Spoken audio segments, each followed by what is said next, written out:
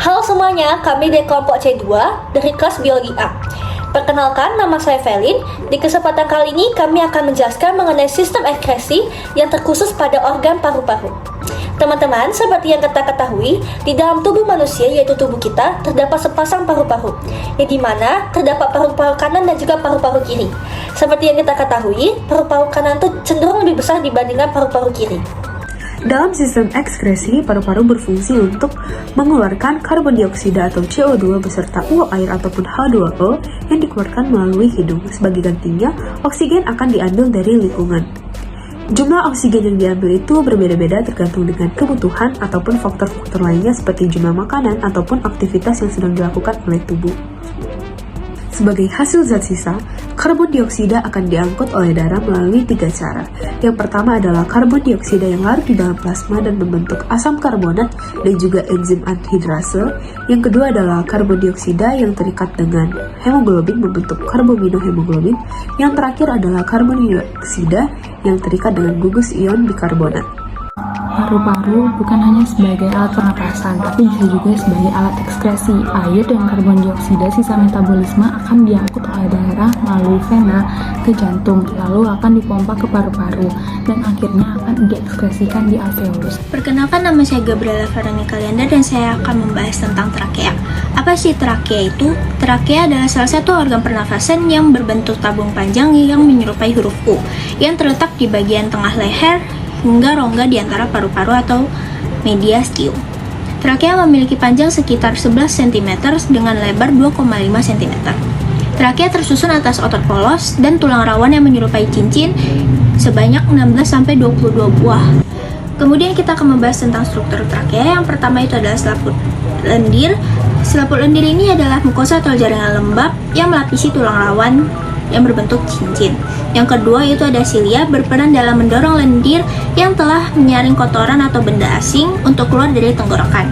Silia ini berbentuk rambut halus. Yang ketiga itu ada trachealis, merupakan otot trakea yang akan mengkontraksi untuk membantu pengeluaran lendir.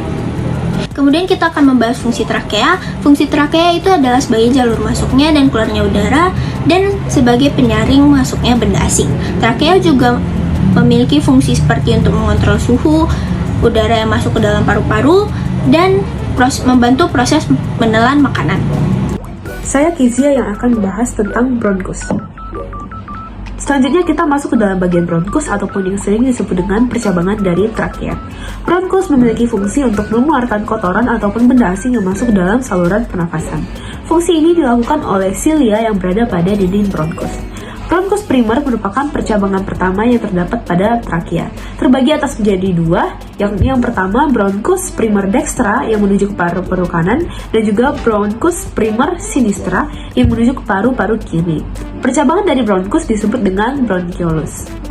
Struktur bronkus terdiri dari tulang rawan, otot polos, dan juga selaput lendir. Tulang rawan berfungsi untuk menjaga struktur percabangan bronkus mulai dari trakea hingga bronkiolus agar tetap kuat selama proses pernapasan berlangsung. Semakin mengarah ke percabangan bronkiolus, maka susunan dari tulang rawan akan semakin menurun, namun susunan dari otot halus semakin bertambah. Apa yang dimaksud dengan lobus paru? Paru-paru dibagi menjadi lobus oleh pleura dalam bentuk celah. Celah ini memungkinkan paru-paru mengembang.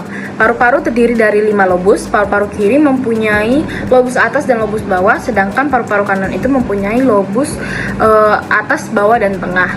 Lobus muncul karena hubungan terpisah dengan divisi pertama pohon bronkial dan di belakang bronkus utama kedua paru-paru. Pasokan darah, saraf, dan limfatik dari persimpangan ke masing-masing lobus terhubung ke lobus lainnya. Hal ini membuat lobus secara fungsional relatif mandiri di paru-paru. Selanjutnya, lobus-lobus tersebut dibagi menjadi segmen-segmen bronkopulmonalis yang besarnya sama dengan volume paru-paru dengan susunan yang terorganisir relatif satu sama lain dalam satu lobus dan tidak bergantung pada kesamaan fungsi lobus lainnya. Dalam pembelahan bronkus, setiap segmen dibagi menjadi lobulus paru sekunder. Nah, selanjutnya di dalam organ paru-paru terdapat alveolus. Seperti yang kita ketahui, alveolus merupakan kantong udara yang terdapat dalam paru-paru yang berasal dari bronkiolus. Alveolus sendiri memiliki fungsi sebagai tempat pertukaran gas antara oksigen dan juga karbon dioksida. Di mana di dalam alveolus, oksigen akan berdifusi dengan cepat memasuki kapiler-kapiler darah yang mengelilingi alveolus. Namun, untuk karbon dioksida sendiri, dia akan berdifusi sebaliknya. Nah, oksigen yang ada di dalam darah alveolus dia akan angkut ke dalam jaringan tubuh. Selanjutnya, saya Nadia akan menjelaskan tentang pleura. Pleura merupakan selaput tipis yang menyelubungi paru-paru, terdiri dari dua jenis, yaitu pleura viscerali, selaput yang membungkus paru-paru, dan pleura parietal, selaput yang melapisi rongga. Pada pleura terdapat cairan serous yang berfungsi sebagai pelumas untuk menghindari gesekan antara rongga dada dan paru-paru pada saat bernafas. Selanjutnya, kami akan membahas mengenai penyakit-penyakit yang dapat dialami oleh sistem ekskresi yang terkhusus pada organ paru-paru. Yang pertama ada asma. Asma merupakan penyakit yang dimana terjadi penyempitan saluran pernafasan utama pada paru-paru, yang dimana gejalanya itu berupa sesak nafas. Hingga saat ini diketahui bahwa asma ini tidak dapat diobati, sehingga dapat kambuh kapan saja. Maka dari itu, untuk mencegah kambuh dari asma ini, kita dianjurkan untuk menghindari lingkungan-lingkungan yang dingin ataupun udara-udara yang tercemar. Saya akan membahas tentang bronkitis. Bronkitis adalah peradangan yang terjadi di bronkus yang disebabkan oleh infeksi kuman, bakteri, atau virus. Faktor lainnya itu adalah debu, polusi, dan asap rokok. Biasanya bronkitis yang terkena akibat virus itu akan diberikan obat untuk meringankan gejala, sedangkan bronkitis yang terjadi karena bakteri akan diberikan antibiotik. Untuk kita mencegah bronkitis ini, kita dapat menjaga atau memperkuat daya tahan tubuh kita dan menghindari asap rokok. Selanjutnya kami akan membahas tentang penyakit-penyakit yang sering menyerang paru-paru. Yang pertama itu adalah pneumonia ataupun paru-paru basah. Pneumonia merupakan penyakit yang disebabkan oleh bakteri, jamur, ataupun virus yang menginfeksi daerah paru-paru khususnya pada area alveolus. Pneumonia merupakan penyakit yang dapat menular. Umumnya, bakteri yang menyebabkan penyakit ini adalah jenis dari bakteri Streptococcus dan juga bakteri Mycoplasma pneumoniae. Kondisi penyakit ini akan menyebabkan sang penderita mengalami sesak nafas karena alveolus sudah dipenuhi dengan cairan. Oleh karena itu, seringkali disebut dengan penyakit paru-paru basah.